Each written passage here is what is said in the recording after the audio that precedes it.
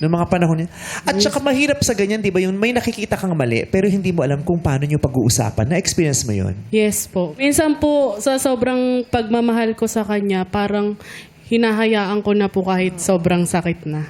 Ayun. Yun yung mahirap. Yeah. Oo. At tawag nila parang enabler. Yung Enabler. Pinayagan mo eh. Opo. Pero, minsan kasi yung, ang sakit din pag masamihan kang enabler. Pag enabler kasi yung pinayagan mo, hindi mo naman siya pinapayagan eh. Ang hirap din para sa'yo, yung una pa lang, paano mo i-open yung issue mo yun? Yun na nga. Kasi alam mo ang epekto nito. Mag-aaway Away kayo, yan. baka Break. magkahiwalay ka, di ba? Yung, di ba? Hindi niya naman pinapayagan eh. Hindi niya lang yung lakas, yung tapang, yung pagiging handa mo na ano man ang mangyayari pag sinimulan niyo itong pag-usapan. Hindi ganun kadaling pag-usapan o buksan ng usapan tungkol sa isang issue ah. Marami kayong ganyan feeling ko, yung may issue kayo pero hindi niyo alam kung paano kayo magsisimula na pag-usapan. Kasi natatakot kayo. Walang lakas ng loob kumprontahin yung partner dun Tapos sa... pag pinag-usapan nyo, igagaslight ka pa. Na parang ikaw pa yung may kasalanan, di ba? Na Yes parang po. ikaw yung mali. Tapos magtatalakan kayo. Eh ayaw mo ng toxic, Conflict. ayaw mo ng away. Takot din po kasi akong maiwan niya. Correct. Kanya kasi. Yun eh. Pag pinag-usapan nyo, mag-aaway kayo, tapos baka maghiwalay kayo, yun ang hindi mo kaya. Yes. Pero hindi nakakahulugang pinapayagan mo siya. Yes po. Kaya kahit paulit, siguro po kaya niya inuulit-ulit kasi nakikita niya pong pinapatawad ko naman po siya palagi.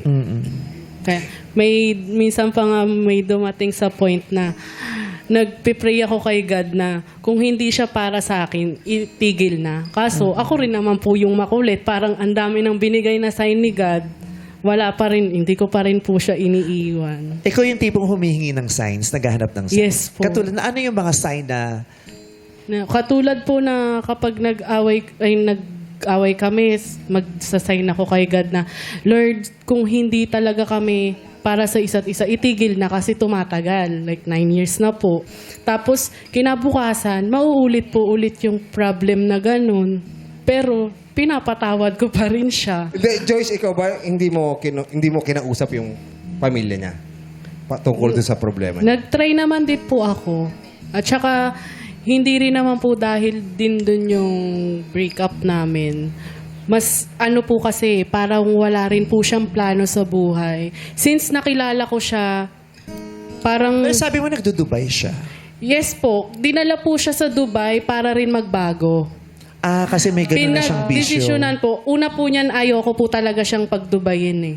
Kaso kinausap po ako ng parents niya na para rin naman to sa inyo na para mahiwalay sa barkada, para makapaghanap din ng work. Kasi po, ever since po talaga, ako lang po talaga yung nag-work sa amin. Noong mga panahon na yun, bilang kaibigan niya, anong ina-advise mo sa kanya? Bukod sa nagsusumbong ka, in-advise mo ba siya ng tama na yun? Joyce, iwalayin mo na si kuya. Merong ganun pong part. Madalas. Pero ayaw niya, mahal niya talaga si kuya.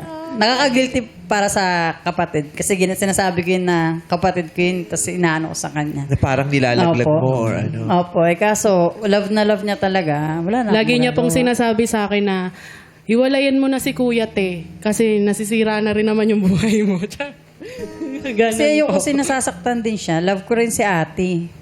Kaya mas gusto kong iwanan na lang niya. Kaso wala. Love din niya kasi si kuya. At saka, we can only try and do so much. Sa simula, pwede naman tayong samahan at tulungan siya, kumbinsin siya. Di ba? Tinutulungan kitang sumabay sa angat ko eh. Lalo na kung nararamdaman mong umaangat ka. Tara, sama ka kasi umaangat ako kahit papano. Angat tayo together.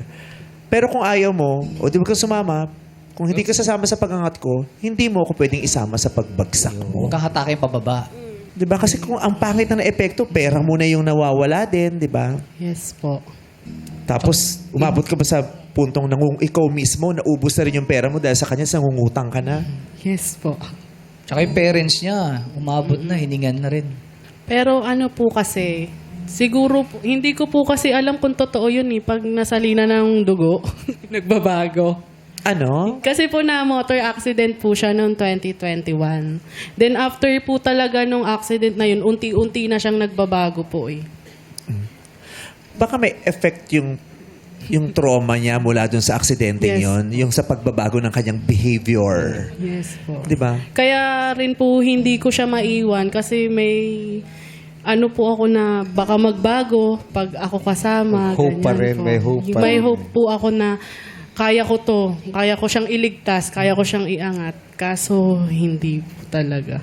Ang problema kasi sa atin, 'di ba? Yung laging gusto natin ang mga tao magbago agad.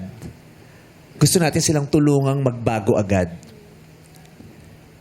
Sa totoong buhay, hindi kasi ganun yung proseso. Hindi pwedeng magbago. Kailangan mo muna nating maunawaan bakit siya ganun. Ay, yung root, yung ugat ng... 'Di ba? Saan nang galing? Kailangan malaman mo muna yung, 'di ba?